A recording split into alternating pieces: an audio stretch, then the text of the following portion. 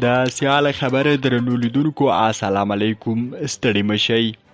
د حقانی شبکې او ملا برادر ترمنځ له سختو شخړو وروسته ملا برادر له کلا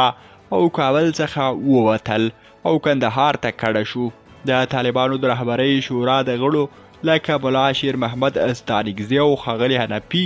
او نورو طالب قومندانانو ترمنځ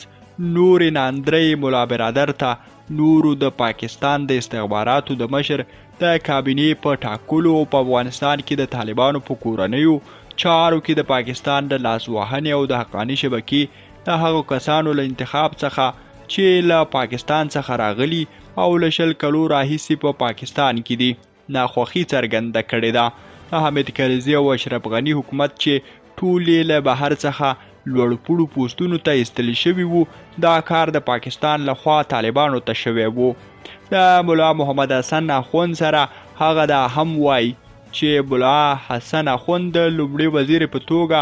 له خپل مقام څخه خوښه نه وو او ویلي دا ټاکنې د طالبانو د رهبرۍ او مشرانو غړیتوب نه وو، بلکې د پاکستان د ISI امر وو چې د ملا عبدالغني برادر له موقف او انتخاب سره د خیانت په معنا دی.